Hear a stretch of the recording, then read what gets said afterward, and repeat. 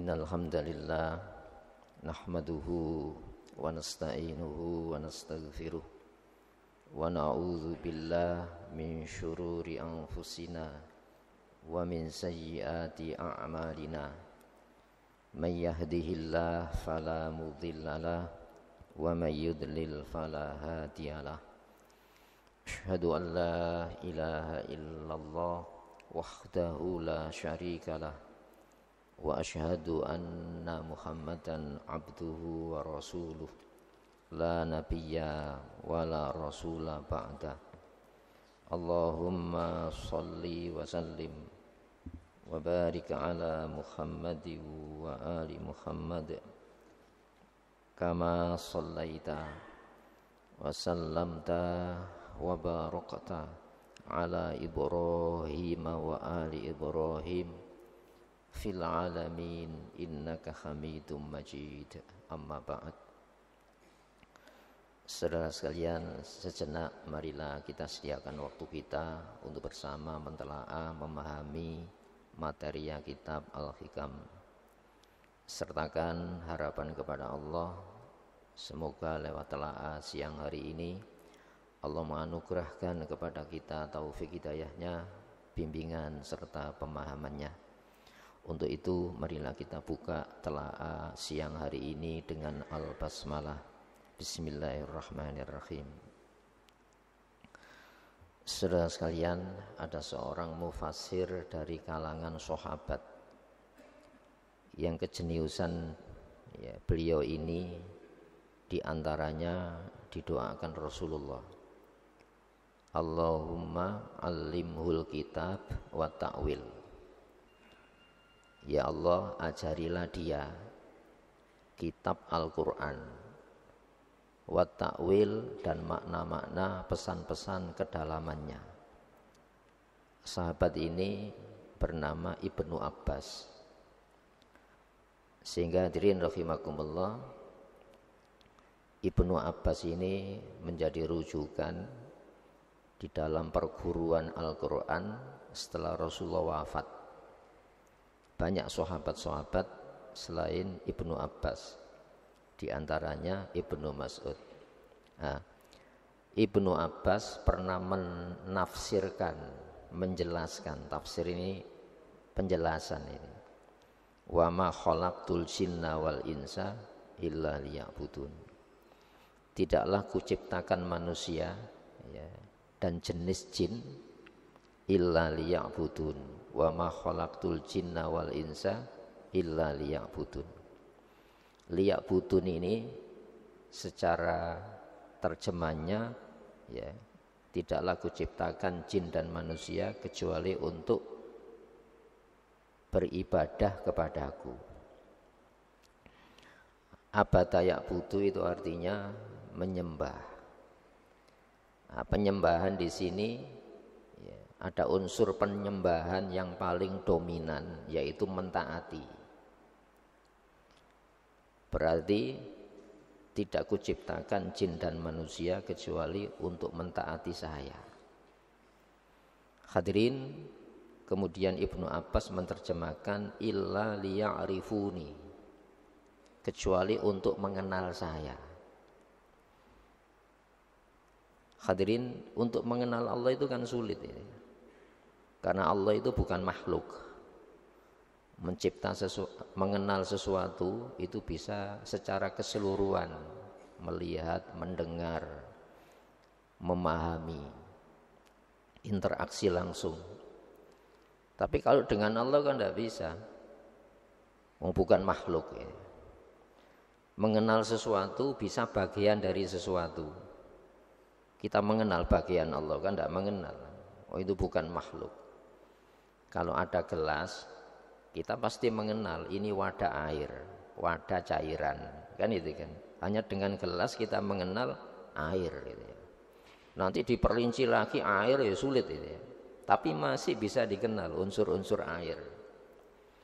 Ya.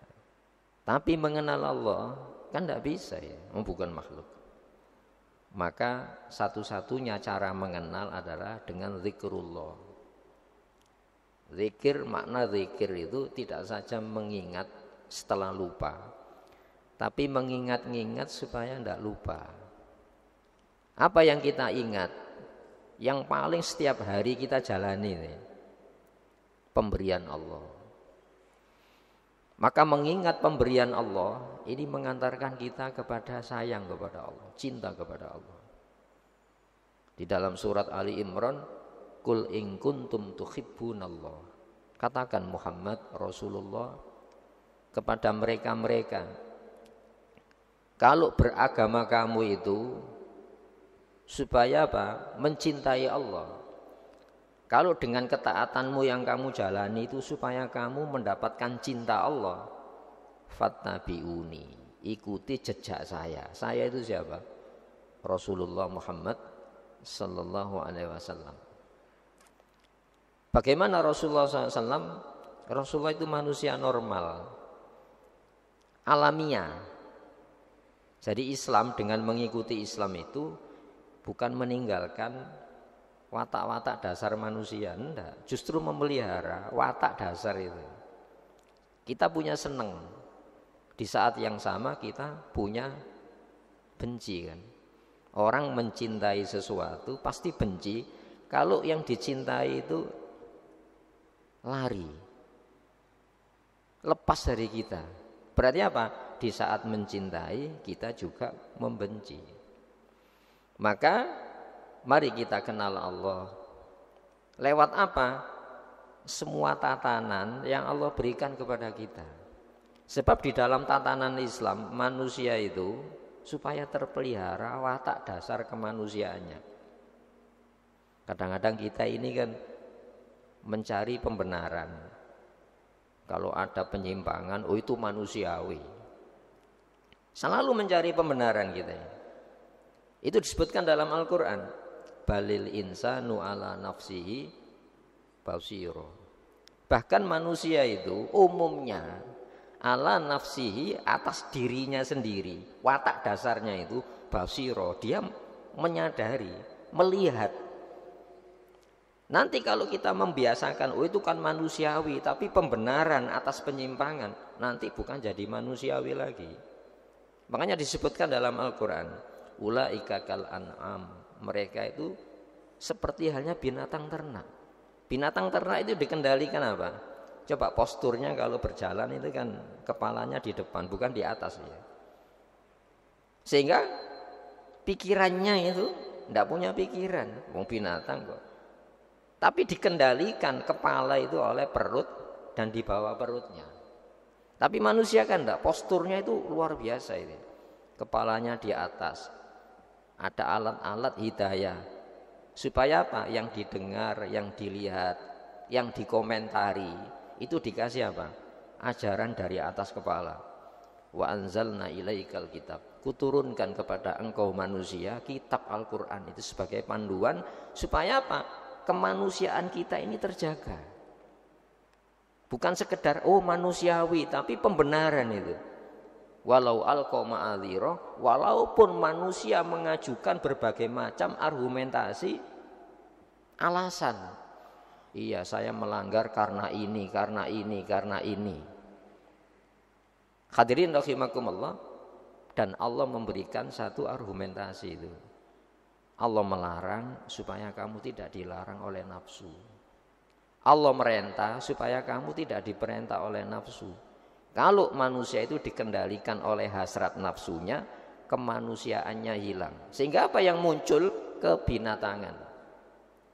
Ulaika kal an'am, mereka itu seperti halnya binatang ternak.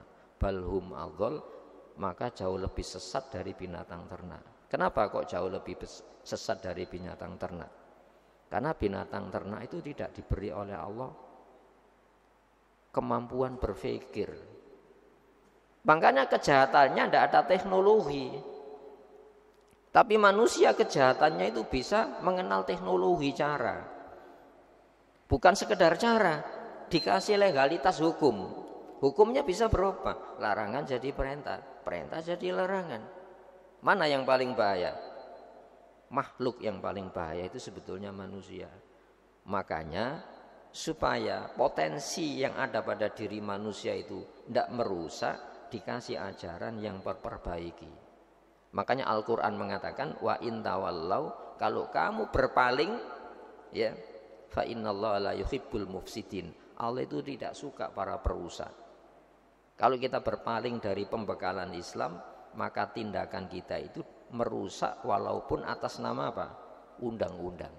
Di sini hadirin rahimakumullah, kembali kepada penafsiran Ibnu Abbas. Tidak kuciptakan jin dan manusia kecuali untuk mengenal saya. Bagaimana mengenal Allah? Coba ingat pemberian Allah. Setiap saat kita, udara yang kita hirup, kita keluarkan kembali. Kalau air sih kita mengenal teknologi penjernihan. Tapi coba udara yang oksigen yang kita tiup, kita sedot, itu ada teknologi penjernihannya apa enggak? Tanpa itu kita menghirup udara segar, setiap saat bisa tercemar. Kalau air kita mengenal penjernihan air, teknologi penjernihan air. Penjernihan udara diciptakan pepohonan oleh Allah, yang dengan pepohonan itu menjernihkan racun-racun yang ada di dalam udara ini. Dan itu tahunan kita menikmati. Kenapa kita sulit-sulit mengenal Allah lewat bala bencana? Padahal kenikmatan Allah setiap saat kita rasakan. Hadirin, apalagi kita dikasih pembekalan. Larangan Allah itu sifatnya informatif, berita tentang bahaya. Perintah Allah itu informatif, berita tentang keselamatan. Lalu dikasih alat akal. Untuk apa? Mencerna, supaya tidak ngakali. Kebanyakan manusia dikasih akal untuk melawan. Kata-kata ngakali itu negatif. Kenapa? Bukan pada porsinya, dipaksakan untuk sesuai dengan porsi. Maka ngakali itu negatif. Padahal kita diperintah, afala ta'qilun. Tidakkah kau menggunakan, mencerna dengan akal? Makanya akal itu dari kata akola, itu artinya apa? Simpul, tali. Untuk apa? Menyimpulkan. Coba larangan Allah bandingkan dengan larangan-larangan selain Allah. Mana yang paling menyelamatkan? Perintah Allah bandingkan dengan perintah-perintah selain Allah. Mana perintah yang paling menyelamatkan? Padahal Allah Subhanahu wa taala tidak pernah sedikit pun dirugikan kalau larangannya dijalani oleh manusia. Seperti halnya Allah tidak pernah diuntungkan walaupun perintah Allah itu dilakukan manusia. Semuanya kembali kepada manusia. Hadirin rahimakumullah, sehingga Ibnu Athaillah menyimpulkan dalam bahasa hikmah. Makanya disebut al-hikam, jamak dari kata hikmah. Beliau tegaskan, illam tuhsin donnaka bihi li ajli husni wasfihi. Jika kamu belum bisa memperbaiki sangka baikmu terhadap Allah, li ajli husni wasfihi, berdasar baiknya sifat Allah. Sifat pertama yang diperkenalkan oleh Allah dalam Quran itu apa? Bismillahirrahmanirrahim. Kita butuh legalitas, kita butuh pengesahan. Kita memiliki diri kita ini bukan milik bebas. Kita dijadikan manusia dari bahan cair. Setelah ada dilarang, setelah ada diperintah, difasilitasi untuk melaksanakan perintah. Yang dilarang itu lebih sedikit daripada yang dibolehkan.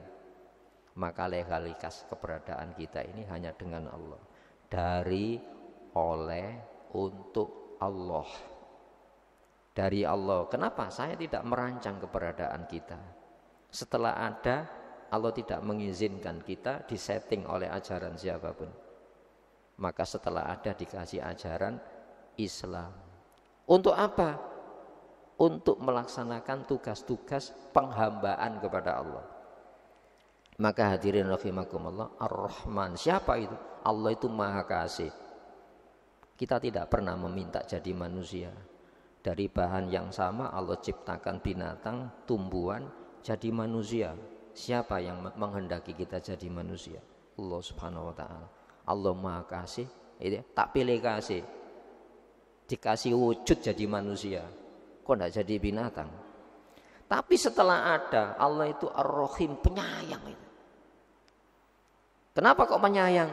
Dikasih larangan. Kalau orang tua kita yang paling sayang itu melarang, pasti dia dapat untung. Kenapa?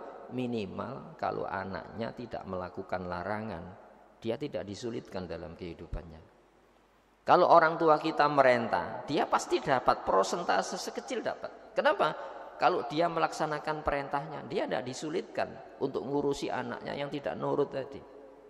Tapi coba pikirkan itu ya. Allah melarang, Allah merentah. Bukankah itu semata kebaikan murni dari Allah untuk kita? Pengasih penyayang. Hadirin rahimakumullah, maka selama ini Allah punya sifat Rahman Rahim. Mana yang didahulukan, Rahman Rahimnya atau azabnya? Memang Allah mengatakan Azizun Zuntikom, Allah itu perkasa, memiliki siksa. Tapi Allah mengatakan wa rahmati wasi'at kulla syai'in, rahmat saya itu mendominasi seluruh segala yang ada. Wa rahmati sabaqat ghadabi, rahmat saya mendahului murka saya. Hadirin rahimakumullah, maka kalau dengan sifat Allah kita belum mampu mencerna betapa baiknya Allah kepada kita, maka fahassin dzannaka, perbaiki sangka baikmu bihi terhadap Allah. Kenapa? Liwujudi muamalatihi ma'aka. Kenapa? Wujud adanya pelayanan Allah selama ini terhadap dirimu.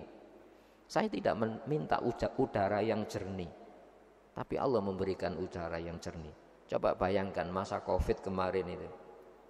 Ada orang butuh oksigen, karena yang butuh banyak sampai tersengal-sengal nafasnya, akhirnya meninggal.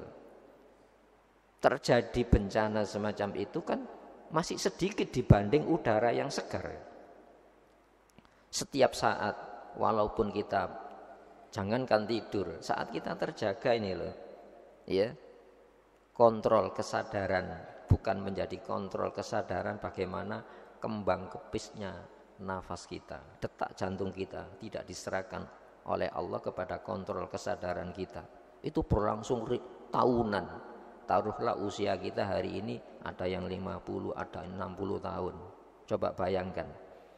Kesehatan itu mahal. Sehingga ada pepatah asyihhatu tajun, kesehatan itu mahkota. La ya'rifuha illal marid. Mahkota itu tidak dikenal kecuali orang-orang yang sakit saja. Ternyata sakit, Masya Allah, selama ini saya sehat, biayanya mahal. Padahal Allah menyediakan di dalam perintah yang kita jalani, itu jaminan aman bagi kita. Larangan Allah yang kita jauhi, itu jaminan aman bagi kita. Maka kenalilah betapa baiknya Allah terhadap pelayanannya kepada kita. Kemudian fahal awwadaka illa hasanan, bukankah Allah selama ini terus-terusan membiasakan kebaikannya kepada kita? Awwadaka, membiasakan terus per detik. Kontrol kembang kepisnya nafas kita, kerja organ tubuh kita tidak diserahkan kepada kontrol kesadaran kita. Masya Allah. Itu berarti apa? Selama ini baik. Kebaikan Allah sebelum saya ada sudah baik. Dalam bentuk cairan sperma. Siapa yang membimbing dari makanan yang dikonsumsi kedua orang tua kita jadi sel telur? Setelah jadi sel telur diperhatikan. Masya Allah, sebelum kita melaksanakan perintah, meninggalkan larangan Allah, Allah sudah berbuat untuk kita. Makanya apa? Di dalam banyak Al-Quran kita disuruh mengenal lewat apa? Sayangnya orang tua kita. Ubudullah, patuhi Allah. Wabil walidaini ihsana, dan berbuat baiklah kepada orang tuamu. Andaikan orang tuamu itu buruk kepada kamu, balaslah kebaikan. Sebab apa? Kamu tidak bisa berlaku adil kepada orang tuamu. Kita tarik kepada Allah. Apakah kebaikan kita ini memberikan sesuatu kepada Allah? Seperti halnya keburukan kita itu berdampak negatif bagi Allah? Kan tidak itu. Mari kita beranjak dari sini untuk mematuhi Allah. Supaya apa? Ibadah-ibadah yang kita jalani itu bukan sebuah beban. Justru di sanalah kemerdekaan, keringanan kita menjalani hidup ini. Maka bukankah selama ini Allah membiasakan kebaikan-kebaikannya kepada kita? Wahal asta ilaika illa minana. Bukankah Allah memberikan kepada kamu tidak lain kecuali apa? Nikmat itu. Sehingga banyak Allah itu menguraikan nikmat-nikmatnya.